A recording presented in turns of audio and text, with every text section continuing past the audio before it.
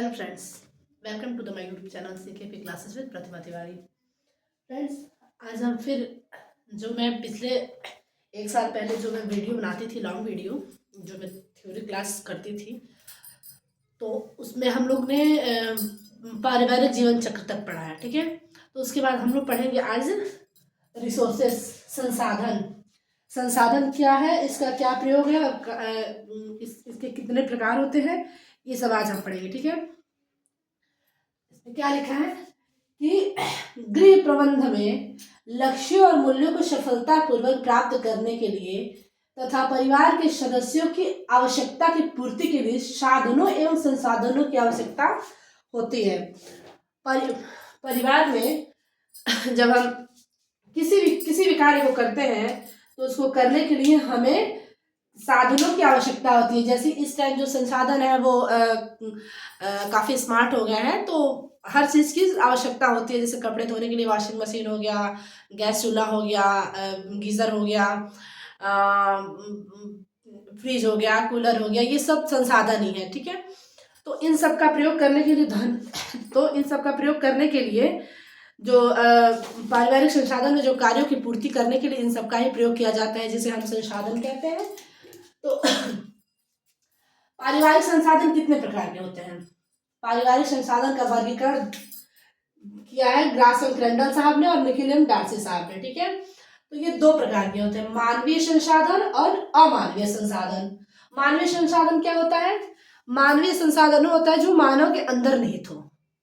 जैसे क्या हो गया, जो मानव के अंदर निहित हो, कौशल हो गया, बुद्धि हो गया, अभिवृत्ति हो गया, अधिक्षमता हो गया, ईमानदारी हो गई, हमारा व्यक्तित्व हो गया, जो हमारे अंदर निहित होता है, जिसको ना कोई छू सकता है ना चुरा सकता है।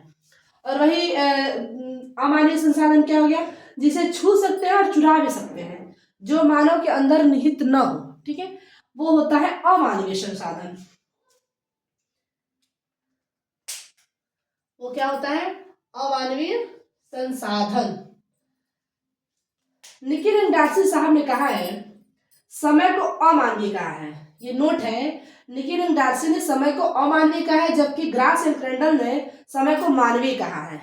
जो इन्होंने वर्गीकरण किया था, इनके वर्गीकरण में एक अंतर था समय का, एक अंतर था समय का, जिसको इन दोनों ने अलग अलग तरह से वर्गीकृत किया है, अलग अलग तरह से इसका प्रमाण रखा है।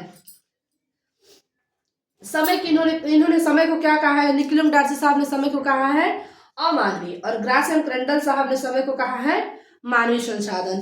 एक और पॉइंट है कि ऊर्जा को क्या कहा गया है। ठीक है, ऊर्जा को क्या कहा गया है पारिवारिक संसाधन के रूप में?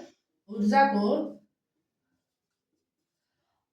अपवाद स्वरूप रखा गया है, मतलब इसको ना अमानवीय ना मानवीय में अपवाद स्वरूप रखा गया है, गया है। पारिवारिक संसाधन क्या होते हैं? पारिवारिक संसाधन गृह प्रबंध में लक्ष्यों और मूल्यों को सफलतापूर्वक प्राप्त करने के लिए जो गृह प्रबंध परिवार में जो हम लक्ष्य बनाते हैं, चाहे कोई भी लक्ष्य हो जीवन में, हमने जो कुछ भी लक्ष्य बनाने, जैसे आज हमारा लक्ष्य है कोई नौकरी पाना, सरकारी कोई नौकरी पाना, चाहे प्राइवेट सरकारी कुछ भी हो, बहुत मुश्किल है। तो उसके लिए हम लोग क्या संसाधन प्रयोग कर रहे हैं? बुक हो गया, पेंसिल हो गया, पेन हो गया, कॉपी हो गया, हर चीज का प्रयोग कर रहे हैं, वो एक प्रकार का संसाधन ही है। ठीक है, तो इस तरह क्या क्या कहते हैं कि लक्ष्यों एवं मूल्यों को सफलतापूर्वक प्राप्त करने के लिए तथा परिवार के सदस्यों की आवश्यकता की पूर्ति के लिए साधनों एवं संसाधनों की आवश्यकता होती है। हर कार्य की पूर्ति के लिए साधन और संसाधन की आवश्यकता होती है। पारिवारिक संसाधन दो प्रकार के होते हैं, मानवीय और अमानवीय, जिसका वर्गीकरण किया है ग्रास और क्रेंडल साहब ने, निखिल डार्सी साहब ने। तो ये हो गया हमारा कुछ पॉइंट मानवीय और अमानवीय का। जो मानवीय संसाधन होते हैं कि जो मानव के अंदर निहित हो, जिसे ना कोई चुरा सकता है, ना छू सकता है, ना देख सकता है। और मानवीय संसाधनों को छोड़कर सभी अमानवीय संसाधन है, जिसे छू सकते हैं, देख सकते हैं और चुरा भी सकते हैं। तो ये हमारा वो संसाधन का चैप्टर हो गया। एक प्राकृतिक संसाधन होता है, ठीक है। प्राकृतिक संसाधन को दो वर्गों में बांटा गया है, नवीकरणीय और अनवीकरणीय। प्राकृतिक संसाधन को दो वर्गों में बांटा गया है।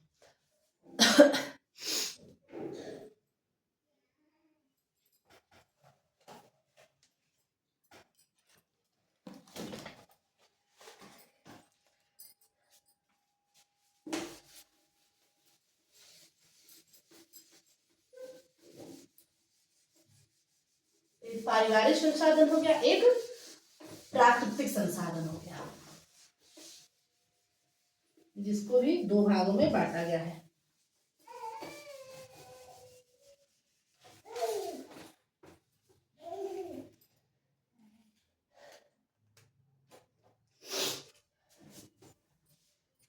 प्राकृतिक संसाधन,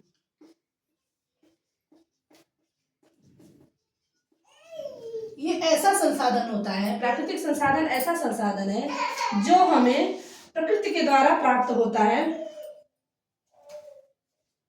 ठीक है। ऐसा संसाधन, ऐसे संसाधन जो हमें प्रकृति के द्वारा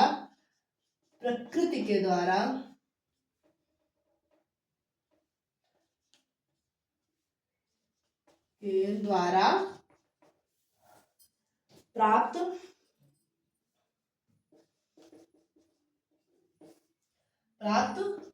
होते हैं।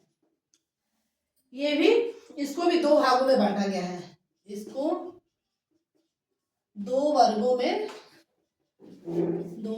में बांटा गया है। पहला क्या है? पहला है नवीकरणीय और दूसरा है अनवीकरणीय। पहला क्या है? नवीकरणीय, और दूसरा क्या है? दूसरा है अनवीकरणीय।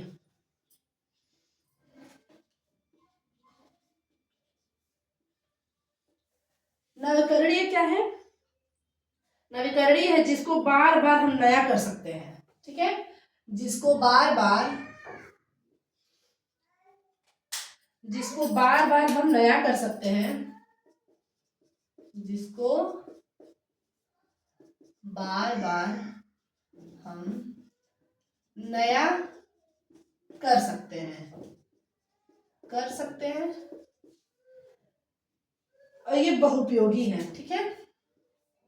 जिसको बहुपयोगी, ये बहुपयोगी है, ठीक है। ये कौन कौन से हैं? जैसे जल हो गया, प्रकाश हो गया, वायु हो गया, ठीक है। जल हो गया, प्रकाश हो गया, वायु हो गया, वायु। और ये अनवीकरणीय क्या है? जिसको हम नया नहीं कर सकते, जिसको हम बार बार नया नहीं कर सकते, ठीक है। इसको हम बार बार नया नहीं कर सकते हैं, जिसमें एकल उपयोगी होता है, जिसको हम मात्र एक बार उपयोग करते हैं, जिसको एकल उपयोगी, एकल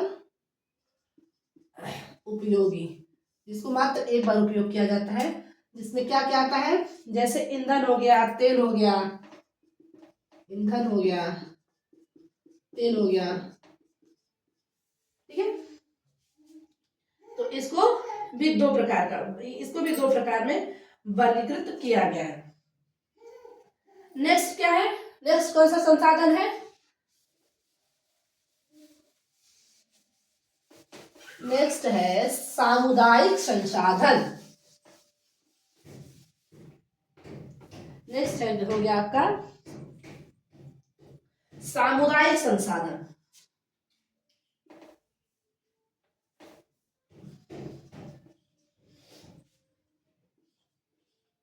सामुदायिक संसाधन, सामुदायिक संसाधन क्या हो गया? ऐसे संसाधन जो किसी व्यक्ति विशेष के लिए ना होकर समाज के लिए वो कार्य करता हो। ऐसा संसाधन जो व्यक्ति विशेष के लिए ना होकर सबके लिए ही उसका उपयोग किया जाता है। ऐसे संसाधन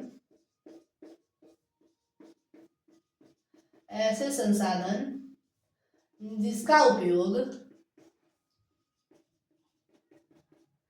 व्यक्ति विशेष के लिए न होकर पूरे समुदाय के लिए होते हैं। ठीक है, व्यक्ति विशेष के लिए न होकर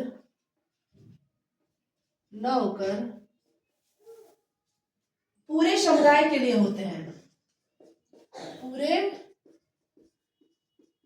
समुदाय के लिए होते हैं।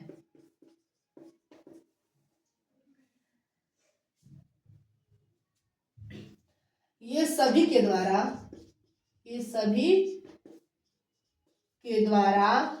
प्रयोग किए जाते हैं बिना किसी शुल्क के, बिना पैसे दिए। ठीक है,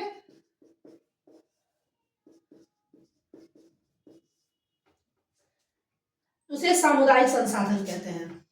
उसे सामुदायिक संसाधन कहते हैं।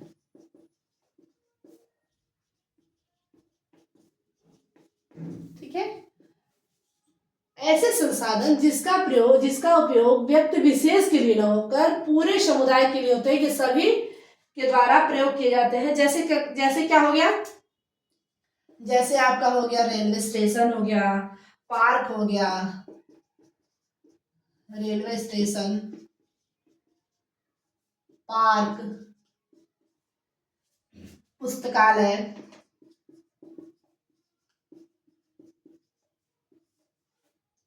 सामुदायिक स्वास्थ्य केंद्र,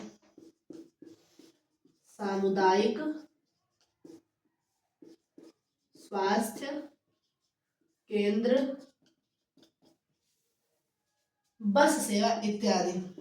बस सेवा इत्यादि, ये सब क्या हो गया? सामुदायिक संसाधन के अंतर्गत, ये सब सामुदायिक संसाधन के अंतर्गत ही आते हैं। ठीक है, सामुदायिक संसाधन के अंदर क्या आते हैं? रेलवे स्टेशन हो गया, पार्क हो गया, पुस्तकालय हो गया, सामुदायिक स्वास्थ्य केंद्र हो गया, बस सेवा हो गया। ये सब क्या होते हैं?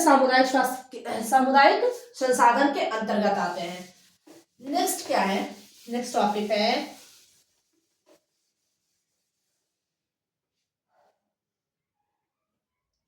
संसाधन के उपयोग के उद्देश्य। ये संसाधन के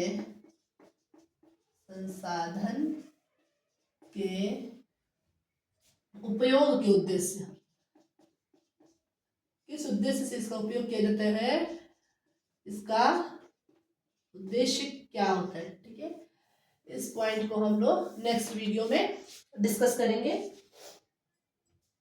आज के लिए बस इतना ही। अगर हमारा वीडियो आपको अच्छा लगे तो please like, comment and subscribe, please subscribe करिए।